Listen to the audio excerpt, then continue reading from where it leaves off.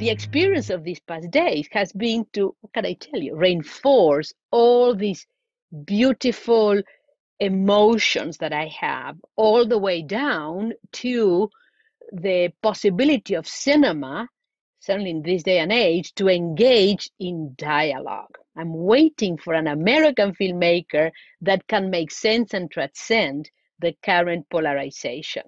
We haven't seen those films yet, right? We have seen the polarized situation with Yeah. one side, many ways, prevailing. Mm-hmm. So Kieslowski is it's not for binging, because it requires, as you well described in your Decalogue 4, it's an uncertain territory and a territory of great sympathy, but also of disturbing consequences.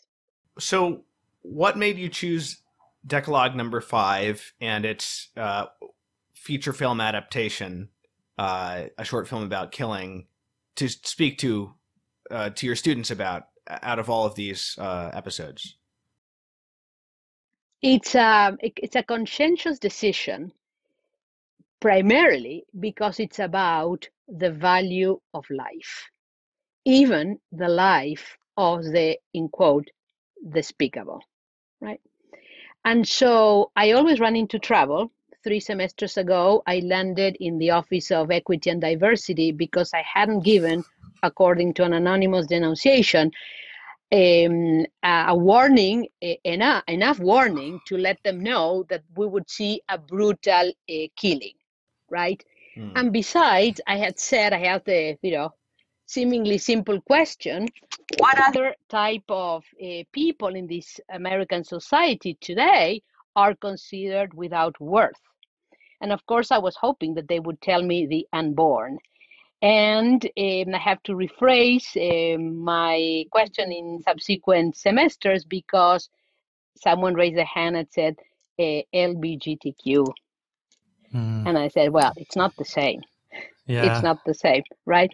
So this is, to go to your question, the level of the confusion and the casualness with which issues of life and death are happening. Last November, I had to fly to Argentina on an emergency for what ended up being, and I knew this, the death of my father. And I was able to see the beauty, and it was a gift, of a natural death surrounded by love at home, children, grandchildren, great-grandchildren, the value we put to a death that was part of the family fabric, not alone. It was a blessing. So all these issues of life, of the value of life, I'm enormously attuned to in all the classes I teach.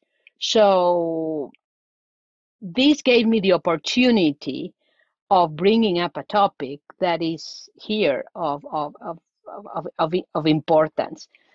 I don't know if you guys have read, and I will certainly assign this article, we're beginning the semester in a couple of weeks, to my class on December 17. A columnist of the New York Times, I think it's Elizabeth Brunig, wrote a long piece about attending a death penalty execution. And she writes from a Catholic perspective, and she's vocal about it. And you have to avert your eyes from reading the piece at some point, because it's brutal. And she has the same thing of Kieslowski, a clinical eye and a detachment that creates a space for the conversation. What does death penalty serve to? And I have found, first off, that 1 hour long film in a classroom works fine, even though now they will have to watch it online. So I'm not so sure how the experience will be. They will fast forward in the two crimes, who knows? But it brings, like all of the Kieslowski work, the conversation about issues that matter on how one should live our life. So there's a moral reason, and there's also an aesthetic reason. How do you portray the horror, the taking of a human life twice in 60 minutes, right? And there's always an interesting connection with Hitchcock and Decalogue 5, and then Decalogue 6 in general too, which is about the act of viewing, the act of seeing something that happens.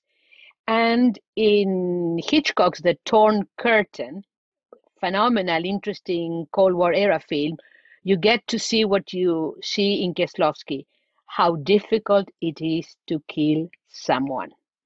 There was the conversation of Kieslowski in one of these materials in the latest DVD version, where he tells that the film was shown in Venice, and at some point the audience could no longer take the second killing. And they may have seen other films in the festival that had a killing a second. And it's the realism with which he portrays the killings, right? Which is quite stunning in the Hitchcock film as well, right? So this vocation that Kieslowski had, because he was primarily a documentary filmmaker looking at things, he brings to the fiction cinema. And you discussed very well the other day his formation as a documentary filmmaker. At some point, he had to cross a barrier. And if you want to comment on shape characters, you have to exit the documentary, because you're not being faithful to your subjects, because you're showing a view of them, right? Well, it's discretion again. Exactly right. And so, and this happens in connection with Decalogue 5, because he had one of the characters in one of the documentaries, a real person that was in favor of capital punishment and the state executing, and so you can no longer explore all that through a documentary. When the article I published on Kieslowski came out in Crisis Magazine in November 2000, I thought, what do I have to lose by sending a copy of the magazine to John Paul II?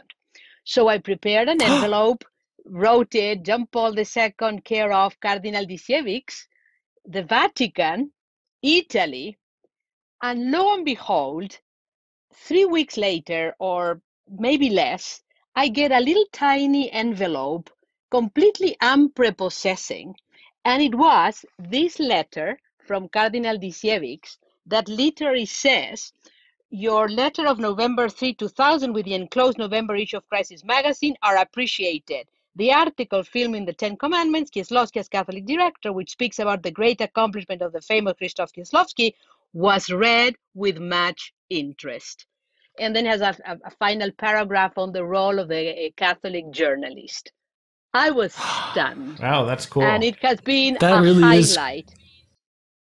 Unbelievable.